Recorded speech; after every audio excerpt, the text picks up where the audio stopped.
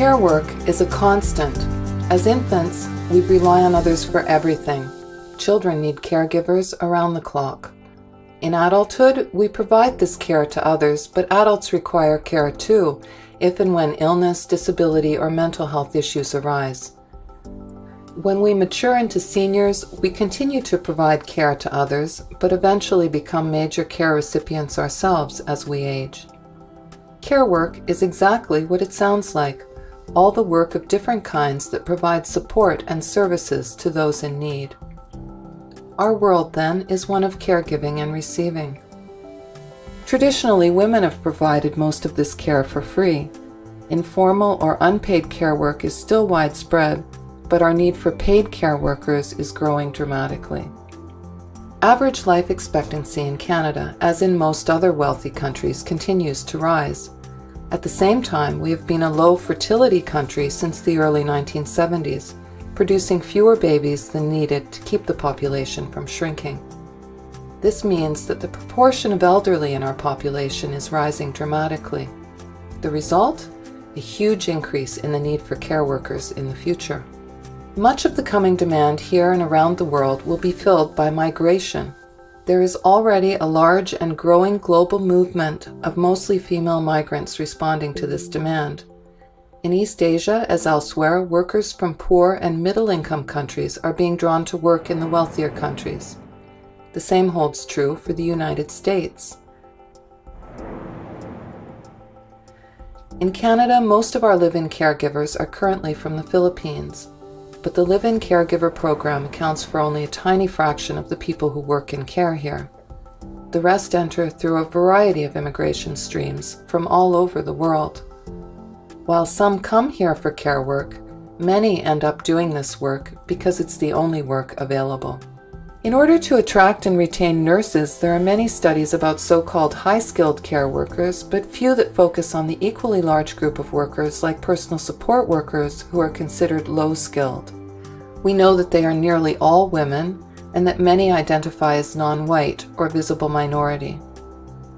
We know it is very challenging and insecure work with low pay, not enough or too many hours, unpaid overtime, and emotional and physical stress. As many as 59% of personal support workers in a recent study reported experiencing abuse on the job. In the developed world, Canada ranks among the very lowest in legal measures of temporary worker protection and the practice of such laws. So it shouldn't surprise us that annual turnover among personal support workers is incredibly high.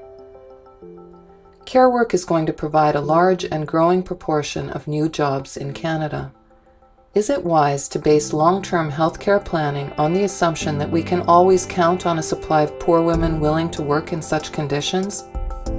These are the people we will entrust our most intimate needs to in our homes and at our tables and bedsides. Rather than low-skilled, maybe it's time to start thinking of this work and these workers as high value. This video series is called The Faces of Care.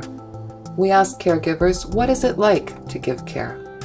To be a good caregiver,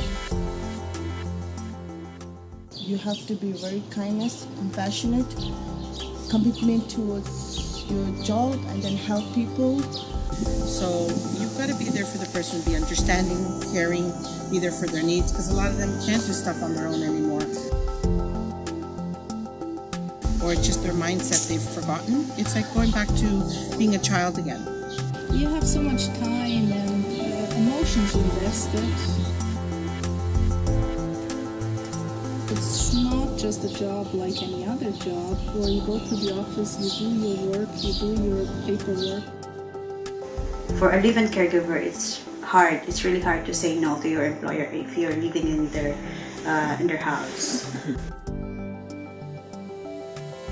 For myself, I experienced that, like working more than 8 hours and then, but you're not being paid after 8 hours. If the employer knows that you don't have your papers, then it's like they're taking advantage of that too.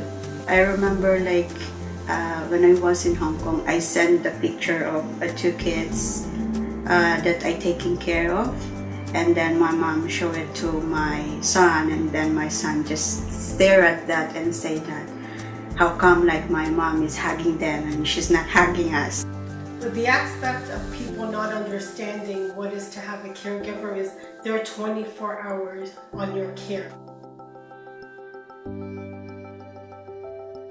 24 hours you have to be around them, make sure they're doing well, and so your lifestyle has to change. You don't work around your lifestyle, you work around the person that you're taking care of. Yeah, it's going to be affect your job. It's going to affect your life, you know. Believe me, it's not easy. The employer like obligation to feed you, right, and then to give you a comfortable like room for you to rest like after your work, but that some of them they didn't get that. She said she just being fed by her employer like noodles for lunch every day, like 3 o'clock. It's only instant noodles for her, and she said like, how can I sustain for the entire day, you know, working like for more than 8 hours.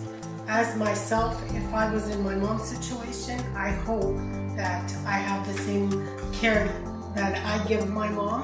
But you know what? And I understand if my kids don't want the responsibility or the burden. I mean, as long as I'm well taken care of in a home, a nice home, I'm okay with that. If you have your permanent residence, I think you can exercise your rights. But then if you're just a worker and you're tied with your status, so it's really hard for you to assert, like, even though you know your rights. You know what? I only hope that in the future